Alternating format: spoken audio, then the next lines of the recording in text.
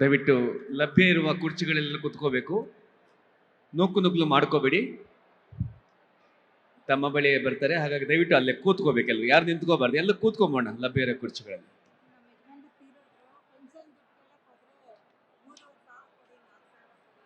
ಯಾರು ಯಾರು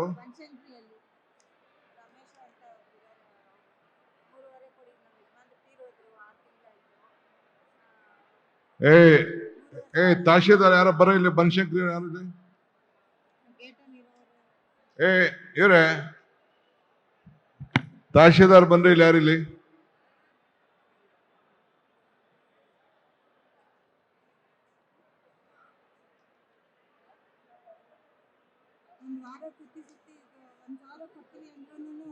ಇಲ್ಲಮ್ಮ 3,500-4,000 ಆಗುತ್ತೆ ಅಂತ ಕೇಳ್ತಾರೆ.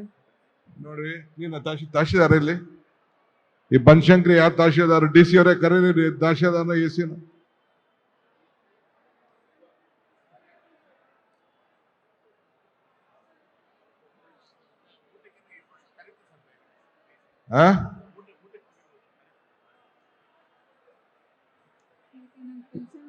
ಅಲ್ಲಮ್ಮ, ನೀನ್ ಪೆನ್ಷನ್ ಕೇಳಕ್ಕೆ 3,500 ಕೇಳಿದ್ರ?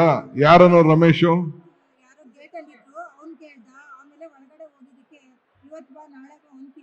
ಯಾರವರು? ಎಲ್ಲಿ?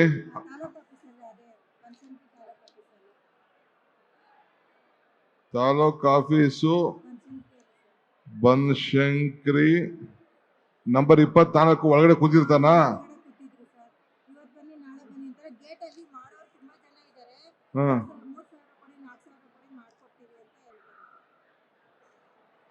ಅಲ್ಲ, ಯಾರು ರಮೇಶ್ ಅನ್ನೋನು? ಯಾರು?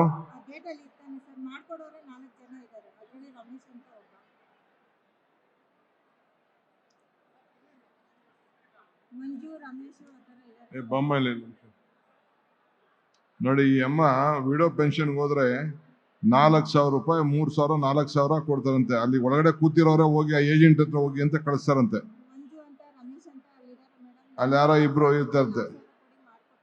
ಅವ್ನು ಯಾರು ಹುಡುಕ್ಬಿಟ್ಟು ಸಸ್ಪೆನ್ಷನ್ ಮಾಡ್ಬೇಕಲ್ಲ.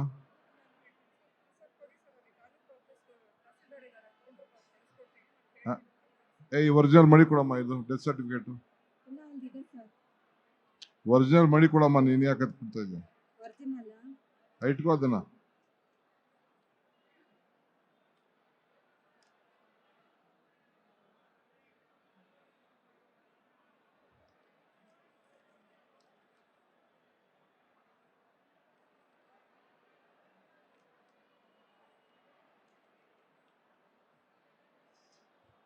ನೋಡ್ರಿ,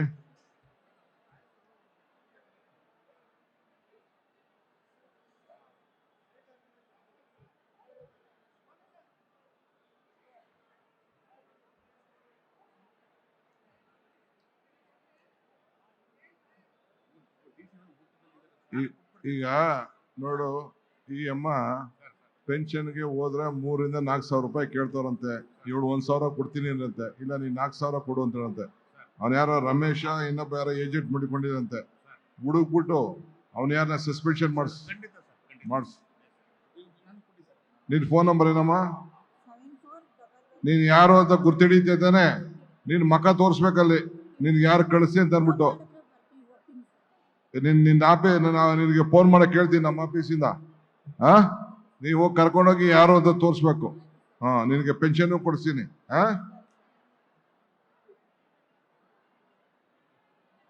ಓಕೆ,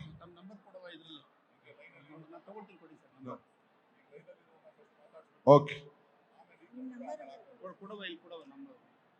ಅದೇ ನಂಬರ್ ಇದೆ, ಹೇಳಿ. ನಂಬರ್ ಇದೆ, ರೆಡಿ.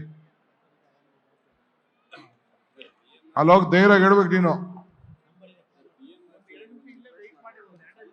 2 ನಿಮಿಷ ಇರೋ, 2 ನಿಮಿಷ.